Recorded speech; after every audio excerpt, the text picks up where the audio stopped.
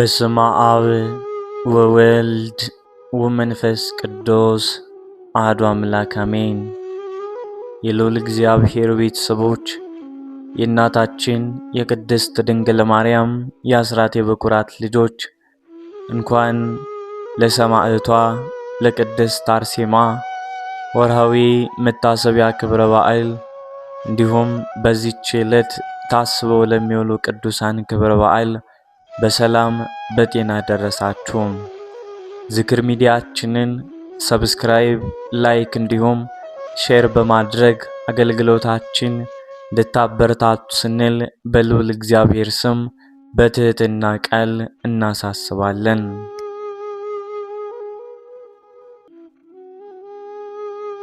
ከዚህ በመቀጠል የእናታችን የቅድስት አርሴማን ገድል በጣፋጭ አንደበት እንዲህ በማለት እናሰማለን። በሮም ግዛት የጨለማው ዘመን በገነነበት ወቅት በንጉሥ ዲዮቅሊጥያኖስ ቤተ መንግሥት አቅራቢያ አንዲት ወጣት ነበረች። አርሴማ ትባላለች። ስሟ እንደ ፀሐይ አበባ የሚያብብ ውበቷ ግን እንደ ፀሐይ የሚያበራ ነበረች። ነገር ግን ያ ውበት ያለምን ዓይን የሚስብ ሳይሆን የፈጣሪን መንፈስ የሚስብ ነበር።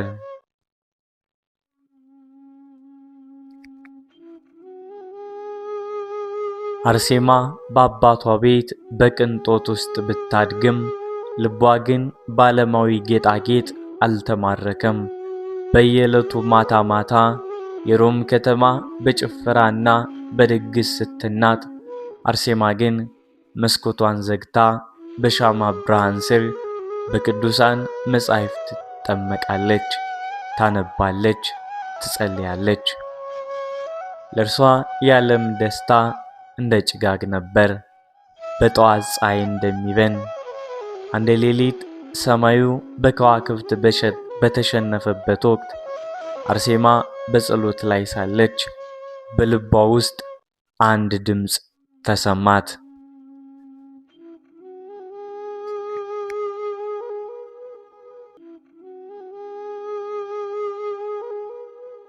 አርሴማ የኔ ሙሽራ ሆይ የዓለምን ውበት ተይ፣ የዘላለምን መንግሥት አትርፊ።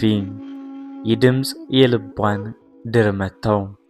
በዚያች ቅጽበት ምድራዊው የጋብቻ ተስፋ፣ የቤተሰቧን ክብርና የሕይወቷን ምቾት ሙሉ በሙሉ ለክርስቶስ ሰጠች። ነገር ግን ይህ ውሳኔዋ በዚያ ዘመን እንደ ትልቅ ዓመፅ ይቆጠር ነበር።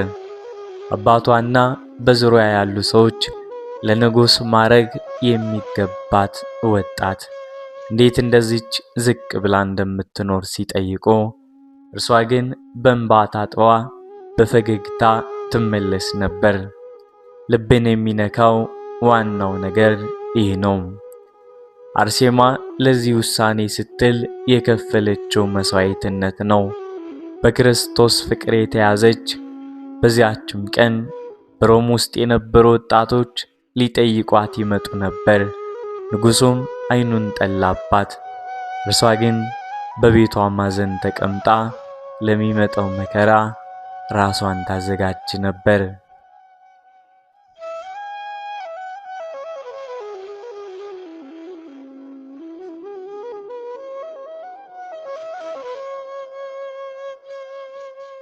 በዚያ ዘመን ክርስቲያን መሆን ማለት በየቀኑ ከሞት ጋር መተቃቀፍ ማለት ነበር። አርሴማ በልጅነቷ በቤተ ክርስቲያን ደጃፍ ላይ የሚሰቃዩትን ክርስቲያኖች ስትመለከት ልቧ ይሰበር ነበር።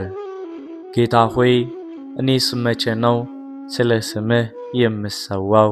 ብላም በልቅሶ ትጸልይ ነበር። ያች ወጣት በዘመኗ የነበሩ ሌሎች እኩዮቿ በወርቅና በብር ሲንበሸበሹ፣ እርሷ ግን ስለ ሰማዕትነት፣ ስለ ጽናትና ስለ ዘላለማዊ ሕይወት ታስብ ነበር። ልቧም ይመራታል። የሮም ምድር ለእርሷ ጠባብ ሆነች፣ መንፈሷ ግን ከሰማያዊት ኢየሩሳሌም ጋር ተጣበቀች። ይህ ምዕራፍ የአርሴማን ታላቅነት ብቻ ሳይሆን ዓለምን ንቃ ለአምላኳ የሰጠችውን ታላቅ የፍቅር መስዋዕትነት በእንባና በጸሎት የተመሰረተ ሕይወቷን ያሳየናል።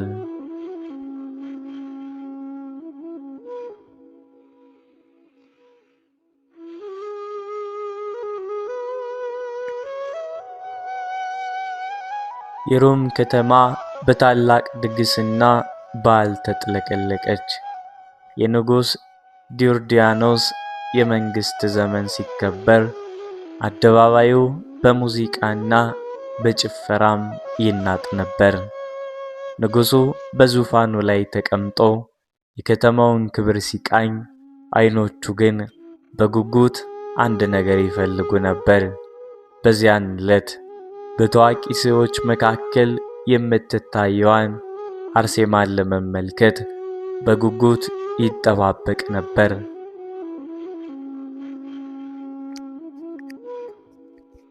አርሴማ ወደ ቤተ መንግሥቱ የመጣችው በግዴታ ነበር። ውበቷ እንደ ፀሐይ ብርሃን በቤተ መንግሥቱ አዳራሽ ሲፈነጥቅ ሁሉም ሰው ዝም አለ። ንጉሥ ዱድያኖስ ደነገጠ። ከዚህ በፊት ብዙ ሴቶችን አይቷል። ነገር ግን የአርሴማን ያክል ሰላምና ንጽሕና የተላበሰ ፊት አይቶ አያውቅም። በዚያች ቅጽበት ንጉሡ የልቡን ዕቅድ አወጣ። ይህች ልጅ ለእኔ ትሆን አለ። በማግስቱ ንጉሡ ታላላቅ መኳንንቱንና ሰብሳቢዎቹን ወደ አርሴማ ቤት ላከ። ስጦታዎች፣ ወርቅ፣ አልማዝና የሐር ልብሶች በሳጥኖች ተጭነው ተላኩ። ንጉሡም መልእክተኞቹን እንዲህ አላቸው፣ ሂዱና ለዚህች ውብ ልጅ ንገሯት፣ የአርሴማ ውበት ለንጉሥ ቤተ መንግሥት እንጂ ለድሃና ለተናቀው የክርስቶስ መንገድ አይገባም።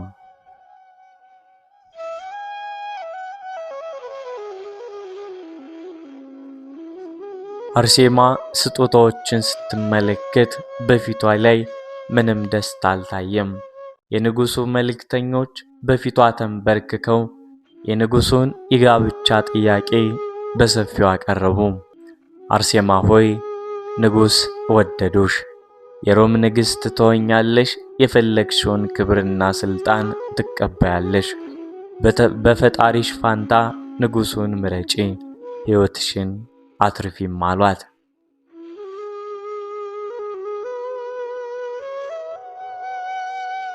እናታችን ቅድስት አርሴማም ለደቂቃዎች ዝም አለች። ክፍሉ በአስፈሪ ጸጥታ ተዋጠ። ከዚያም ለስላሳ ነገር ግን እንደ ብረት በጠነከረ ድምፅ እንዲህ አለች፣ እኔ በምድራዊ ንጉሥ ዘውድና በዓለማዊ ክብር አልታለልም። እናንተ የምታቀርቡልኝ ይህ ወርቅና አልማዝ ለነፍሴ የዘላለም እሳት እንጂ የዘላለም ክብር ሊሆን አይችልም። እኔ የክርስቶስ ሙሽራ ነኝ። ልቤ፣ ነፍሴና አካሌ ቀድሞውኑ ለሰማያዊ ንጉሥ ተሰጥቷል። ምድራዊ ንጉሥ ይገድለኝ ይሆናል፣ ነገር ግን የክርስቶስን ፍቅር ከልቤ ሊያወጣው የሚችል ምንም ኃይል የለም አለች።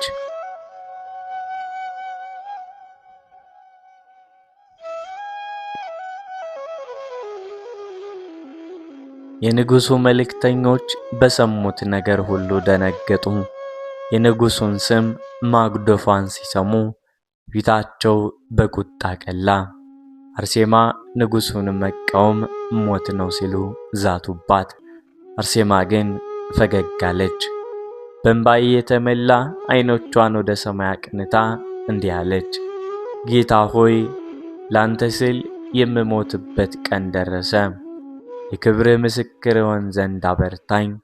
ንጉሥ ዱድያኖስ መልእክተኞችን የያዙትን የክደት ቃል ሲደርሰው የክብር ጥያቄው ወደ ፍርሃት ተቀየረ።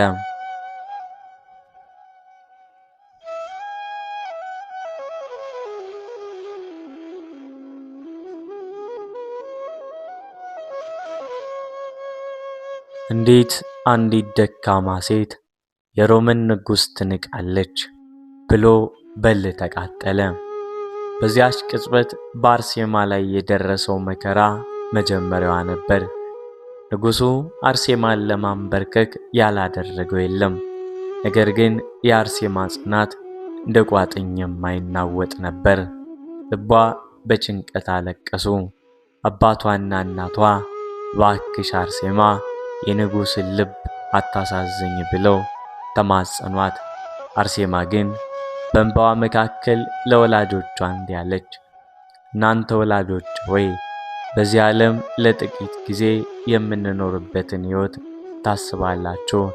እኔ ግን ከክርስቶስ ጋር ለዘላለም የምኖርበትን ሕይወት እፈልጋለሁ። አትተክዙብኝ፣ ወደ ሰማያዊ አባቴ የሚሄድበት ጊዜ ደርሷልና።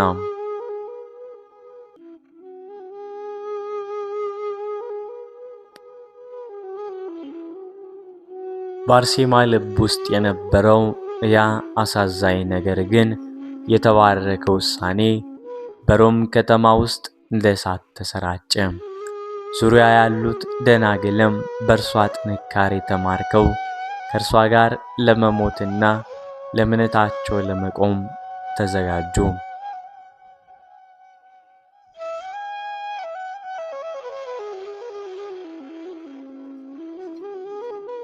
የሮም ከተማ ለአርሴማና ለደናግሉ መኖሪያ መሆን አቃታት። ንጉሥ ዱዲያኖስ በእርሷ ላይ ያለው ቁጣም እንደ እሳት ነበልባል ተቀጣጠለ። አርሴማን በግድ ለማስገበር ሰራዊቱን አሰማራ።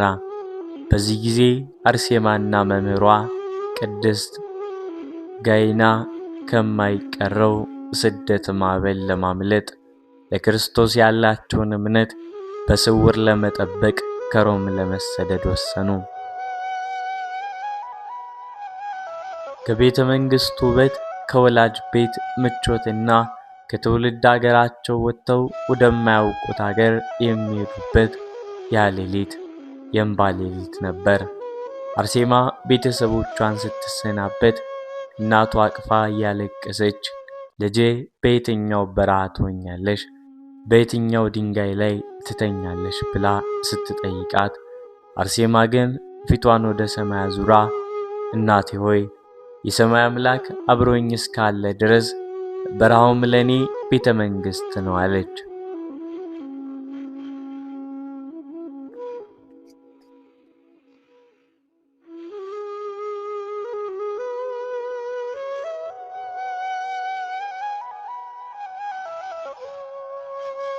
ጉዞው እጅግ አሳዛኝ ነበር። በእግራቸው የሮምን አውራ ጎዳናዎች አቋርጠው ወደ አርሜኒያ ተራሮች ሲያቀኑ ጫማቸው ተበላሸ፣ እግራቸው በድንጋይ ተተለተለ። የደከመው ሰውነታቸው በረሃብና በውሃ ጥም ተጎዳ። ለቀናት በጨለማና በብርድ ይጓዙ ነበር። በየመንገዱ የሚያዩት ስቃይ፣ የዱር አራዊት ድምፅና የአሳዳጆቻቸው ፈረስ ኮቴ ሲሰማ እንደ ጥንቸል እየተደበቁ ቁጥቋጦ ውስጥ ተኝተው ያድሩ ነበር።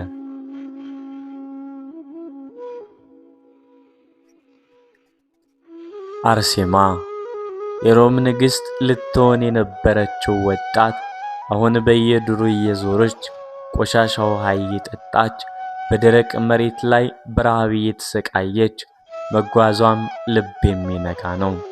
ነገር ግን በዚያ ሁሉ መከራ መካከል በምሽት በረሃው ላይ ተቀምጠው የክርስቶስን ስም እየጠሩ ሲጸልዩ የሚሰማው የእንባ ድምፅ ሰማያዊ መላእክትን የሚያስለቅስ ነበር። ከብዙ ቀናት ጉዞም በኋላ አርሜኒያ ደረሱ። እዚያም በሩቅ በረሃ ውስጥ በሚገኝ አንድ ገዳም መሰል ቦታ በድብቅ ተቀመጡ። አርሴማ በዚያ በረሃ ውስጥ በሰው እጅ ባልተሰራች ዋሻ ውስጥ እንደ ንግሥት ሳይሆን እንደ ምድር አቧራ ራሷን ነስንሳ ትኖርም ነበር። ምግቧ የዕለቱ የደረቀ ቅጠልና የጉድጓድ ውሃ ነበር።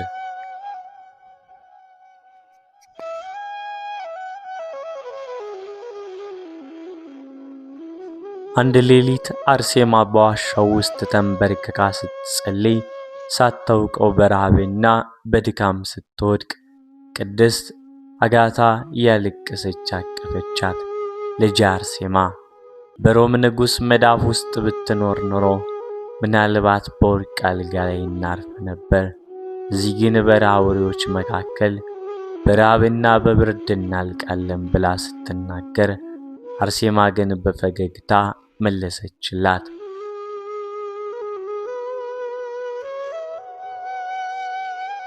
መምህርቴ ሆይ ይህ መከራ የክርስቶስ የፍቅር ጥሪ ቃል ነው። ከዚህ በረሃ ውስጥ የምንሰቃየው ስቃይ በሰማይ ከሚጠብቀን ክብር አንጻር ሲታይ እንደ ነጠብጣብ ውሃ ነው። ለክርስቶስ ስንል ካልተራብን፣ ለስሙ ካልተሰደድን የክብር አክሊሉን እንዴት እንቀበላለን?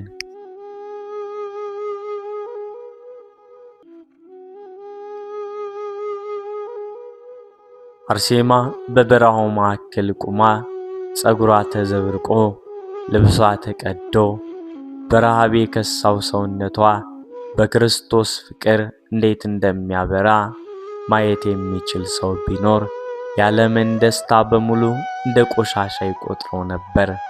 ነገር ግን ይህ የረጋ ሕይወታቸው ረጅም አልነበረም። የቲዳር ሰላዮች ወደዚያ አቅጣጫ በመምጣታቸው አዲሱና የከፋው ፈተና መድረሱን ያውቁ ነበር። በረሃው ጸጥታው የአርሴማ የክርስቶስ ፍቅር ምስክር ሆኖ ቀረ። ሳዶጆቿ እየቀረቡ ሲመጡ አርሴማ ግን አላፈገፈገችም። ይልቁንም ለሚመጣው የሰማዕትነት ጊዜ ራሷን በጸሎት አዘጋጀች። ይህ ጉዞ እናም የበረሃው ታሪክ እንዲህ ይቀጥላል።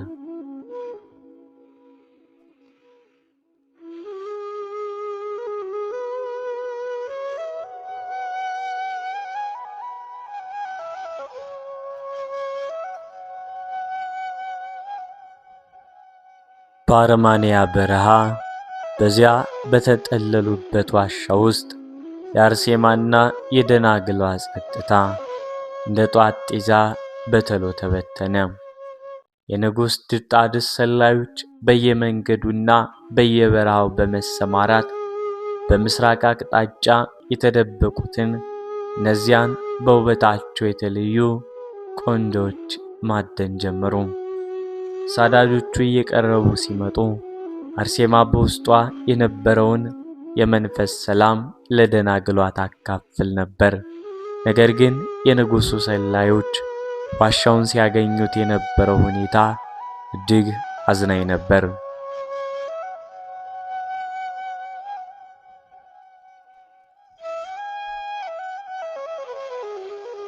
አንድ ረፋድም ላይ የንጉሥ ድርጣድስ ወታደሮች ዋሻውን በዱላና በሰይፍ ከበቡት። የደናግሉን መጸለይ ሰሙ። የቅድስት ጋያን የእንባ ጸሎት አዳመጡ። ወታደሮቹ በሩን በግድ በመክፈት ወደ ውስጥም ገቡ። የዋሻው ጨለማ በሰይፋቸው ብርሃን ተሰነጠቀ። አርሴማም እዚያው በድንጋይ ላይ ተንበርክካ ዓይኖቿን ወደ ላይ አቅንታ ለክርስቶስ ስትማጸን አገኟት። ወታደሮቹም አርሴማን በኃይል ጎትተው ሲያስወጧት አርሴማ ድምጿን ሳታሰማ እንባዋ ግን እንደ ወንዝ እየፈሰሰ ወደ ንጉሡ ቤተ መንግሥት ተወሰደች።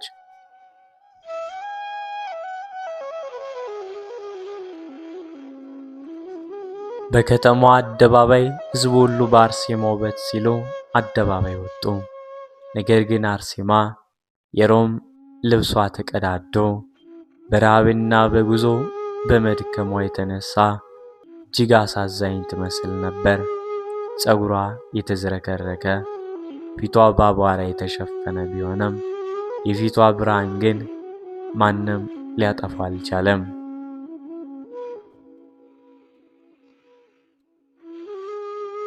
ንጉሥ ድርጣድስ በአዳራሹ ውስጥ ሲያያት ልቡ በፍትወትና በክፋት ተቃጠለ።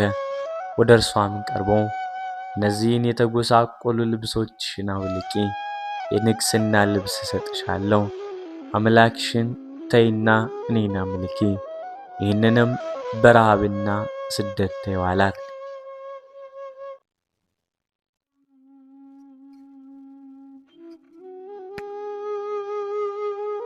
አርሴማ ግን በድካም የዛለውን ሰውነቷን አቃንታ ንጉሡን በድፍረት ተመለከተችው።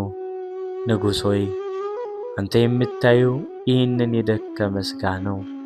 ነገር ግን የክርስቶስ ፍቅር በውስጤ ሲኖር አንተ የምትሰጠኝ ልብስ ለእኔ እንደ ቆሻሻ ነው። አንተ የምታቀርብልኝ የንግሥና ዘውድ በራሴ ላይ ያለውን የሰማዕትነት አክሊል ሊተካው አይችልም። ግደለኝ፣ አስቀኝ፣ ነገር ግን የነፍሴን ሙሽራ አትለየኝ።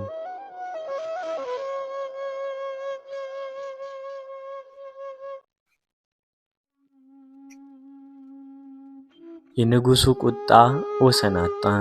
ወዲያውኑ አርሴማንና ደናግሉን በአሰቃቂ የእስር ቤት መከራ ውስጥ እንዲገቡም አዘዘ። እስር ቤቱ ጨለማም ነበር። አይጥና ቁንጫ የሞላበት የሰው ልጅ መኖሪያ የማይመስልበት ቦታ። አርሴማ በዛ ጨለማ ውስጥ በሰንሰለት ታስራ ስትሰቃይ ሌሎች ደናግል ሲጮሁና ሲያለቅሱ ይሰማት ነበር። በጣም ልብ የሚነካው ነገር አርሴማ በዚያ እስር ቤት ውስጥ በዚያ ያለች ለራሷ ሳይሆን ለደናግሏ የምታደርገው ጥሪ ነበር። ወታደሮቹ እየገቡ ሲደበድቧቸው አርሴማ አቅም ባወጣው እጆቿ እነርሱን ለማቀፍ ትሞክራለች። አትፍሩ፣ ዛሬ በጨለማ ብንኖርም ነገ በብርሃን እናያለን ብላ ታጽናናቸዋለች። በዚያው ሌሊት ንጉሥ ድርጣድስ አርሴማን ባልጋው አጠገብ እንዲያመጧት አዘዘ። እርሷ ግን አልሄደችም። ወታደሮቹ በጉልበት ሲጎትቷት የለበሰችው ቀሚስ በድንጋይ ተቀዶ ደሟ መሬት ላይ ይንጠባጠብ ነበር። በቤተ መንግሥቱ አደባባይ ላይ አርሴማን እንዳውሬ ሲጎትቷት ያዩ ሰዎች እንኳ በእንባ ተራጩ። የአንዳንዶች ይህ ውብ ልጅ ምን አደረገችው ብለው አጉረመረሙ። ንጉሡ አርሴማን በፊቱ ሲያያት በቁጣ ከመገሰጽ ይልቅ አሁንም በውበቷ ተማርኮ አርሴማ እባክሽ እሺ በይኝ እያለ ይለምናት ነበር። አርሴማ ግን በደም የተበከለው ፊቷን ወደ ላይ አቅንታ ለንጉሥ ሳይሆን ለእግዚአብሔር እንዲህ ስትል ጸለየች። ጌታ ሆይ፣ ስሜን ባንተ መጽሐፍ ጽፈዋልና አትተወኝ። የዚህ ንጉሥ ክፋት አትመልከት፣ ነገር ግን በሰማይ የምትሰጠኝን ክብር አስበኝ። የኔ መከራ የፍቅር መገለጫ ነውና አቤቱ ጽናቱን ስጠኝ እያለች ጸለየች።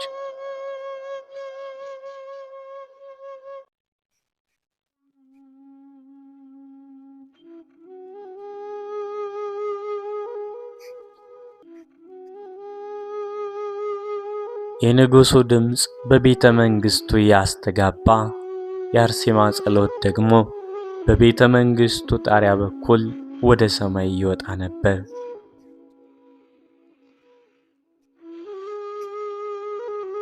ንጉሡ በእርሷ ጥንካሬ ተነሳ፣ አእምሮ እስኪጠፋን ድረስ ተጨነቀ። አርሴማ የንጉሡን ቤተ መንግሥት ወደ ጸሎት ቤትም ቀየረችው። ይህ የሰማዕትነት መጀመሪያና የንጉሡ የክፋት ማሳያ የሆነው ምዕራፍ የቅድስት አርሴማን ጽናት ወደ ከፍተኛ ደረጃም ያሸጋገረው ነበር።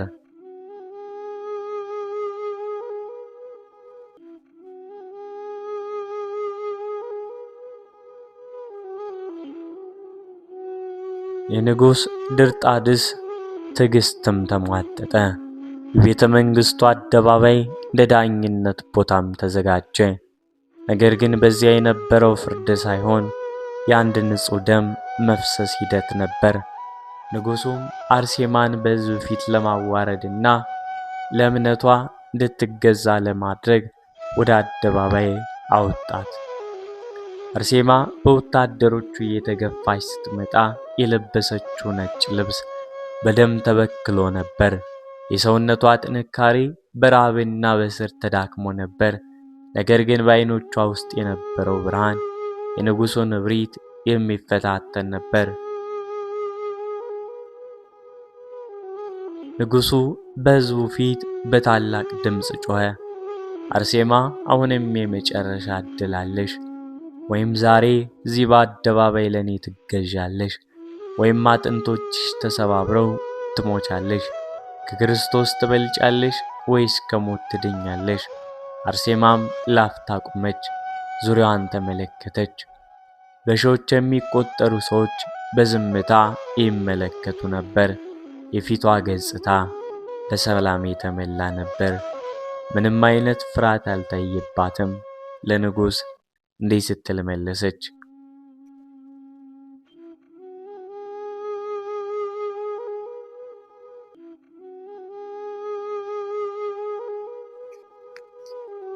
ንጉሥ ሆይ፣ አንተ የምትገዛው ይህንን ሥጋ ብቻ ነው። ነፍሴ ግን የልዑል እግዚአብሔር ናት። አንተ የምታደርገው ሥቃይ ሁሉ ለእኔ የክብር አክሊል መሸመኛ ነው። ሞትን የምትፈራው አንተ ነህ። እኔማ ከሞት በኋላ የሚጀምረው የዘላለም ሕይወት ናፈቀኝ። ግደለኝ፣ ሥጋዬን በጥሰ ጣለው። ነገር ግን ክርስቶስን ከመውደድ ሊለየኝ የሚችል ምንም ነገር የለም።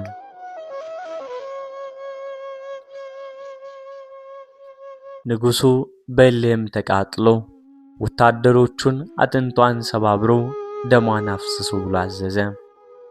ያ ትዕይንት ልብን የሚሰብር ነበር።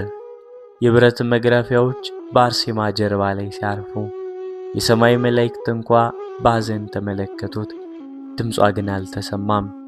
ያለቀሰችው ለራሷ ሕመም ሳይሆን የእርሷን መከራ እያዩ ለሚሰቃዩና ለእርሷ እያለቀሱ ለነበሩም ደናግል ነበር። በአደባባዩ ላይ የነበረው የአንዳንዱ የግርፋት ድምፅ እንደ ነጎድጓድ ያስተጋባ ነበር። የቆሰለው ሰውነቷ መሬት ላይ ሲወድቅ እርሷ እንደገና በቆራጥነት ተነሳች። ወታደሮቹም ደንግጠው ነበር። እንዲህ አይነት ጥንካሬ ከየት እንደመጣላቸው ሊረዱም አልተቻላቸውም ነበር።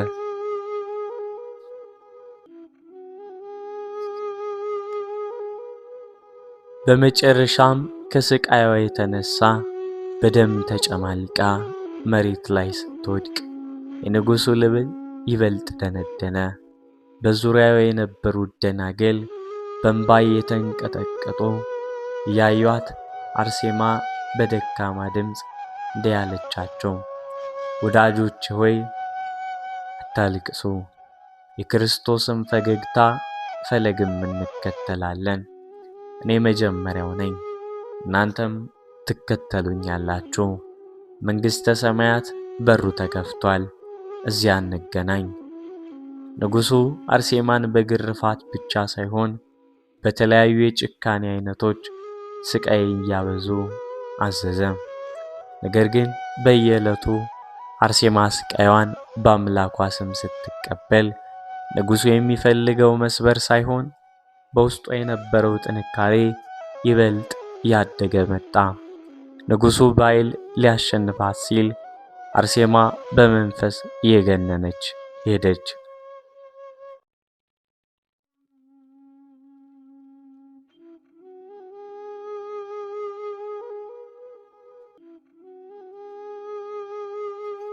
የንጉሥ ድርጣድስ ጭካኔ የመጨረሻው ምዕራፍ ላይ ደረሰ። አርሴማን በግርፋትና በስር ሊያስገብራት ባለመቻሉ የክፋቱ ጫፍ ላይ በመድረስ የሞት ፍርድ አዘዘ። የአርማንያ ሰማይ በዚያች ዕለት እንደ አመድ ጠቆረች። ቅድስት አርሴማ ድንግል በአንድ በኩል፣ የንጉሥ አረመኔ ወታደሮች በሌላ በኩል ተሰለፉ። አርሴማ ወደ መገደያ ቦታዋ ስትወሰድ የእርምጃዋ ድምፅ በከተማዋ አደባባይ ላይ እንደ ሰማያዊ ጥሪ ያስተጋባም ነበር።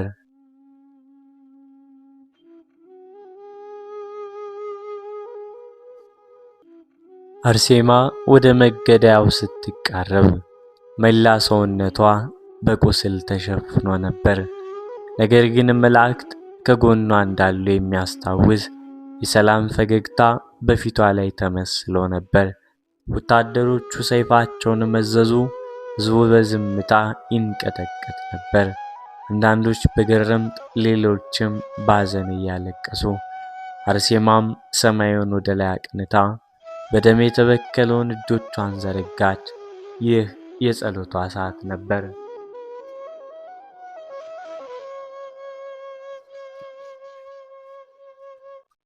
ጌታዬ ንጉሠ ነገሥት ኢየሱስ ክርስቶስ ሆይ ለዚህች ሰዓት ስትል በመረጥከኝ ጊዜ እናመሰግናለን።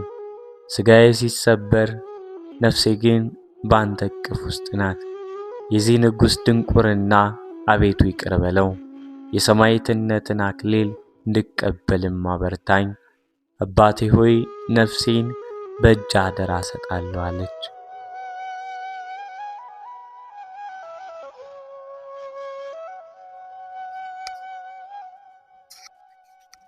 ከጸሎቷም በኋላ ወታደሩ ሰይፉን በአየር ላይ ሰነጠቀው።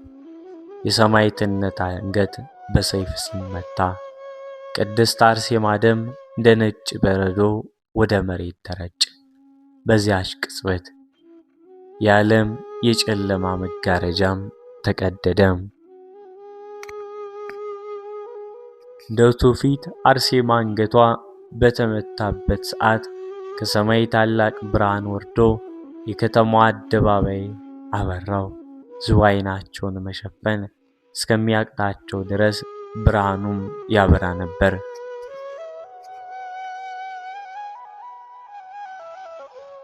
መምህሯም እንዲሁም ደናግሎቹ በእንባ እየተንቀጠቀጡ የእርሷን ፈለግ ተከተሉ። አንዱ በአንዱ ላይ ሲገደል በዚያ ቦታ የነበረው አየር በንጹሐን ደም ጠረንና በሰማያዊ መላእክት ዝማሬ ተመላ። በጣም ልብ የሚነካው ነገር አርሴማ ስትሞት የነበረው ጸጥታ ነው። ከተገደለች በኋላ ንጉሥ ድርጣድስ በቁጣው መገደሏን ሲያይ የድል ስሜት ይሰማው መስሎት ነበር። ነገር ግን በዚያ ሰዓት በንጉሥ ላይ የመለኮታዊ ፍርድ መዓት ወረደ። የአእምሮው ተለወጠ፣ የሰውነቱ ቅርጽ ተለዋወጠ። የአርሴማ ሞት ለንጉሥ ታላቅ መቅሰፍት፣ ለአርሴማ ግን ለዘላለም የሚኖር የክብር አክሊል ሆነ። ሰውነቷ በዚያ ቦታ ሲቀየር የሰማዕትነቷ ምስክርነት ግን እንደ እሳት ለዘላለም ተቀጣጠለ። ወፎች በላዩዋ ላይ በክብር ይበሩ ነበር። የሰማይ ኮከቦች ለዚህች ንጹሕ ሙሽራ ክብር እየሰገዱ እንደሆነ ያክልም ይሰማ ነበር። የአርሴማ ሕይወት በምድራዊ አገላለጽ እዚያ በቃ። ነገር ግን ይህ አሳዛኝ ሞት ወይንም ትዕይንት የክርስቲያን እምነት መሠረት የሆኑት የጽናት የፍቅርና የመሥዋዕትነት ታሪኮችን በወርቅ ቀለም እየጻፈ ነበር። እርሷ ሞተች፣ ነገር ግን በዘላለማዊ ሕይወት ሕያው ሆና ቀረች። አርሴማ ቅድስት።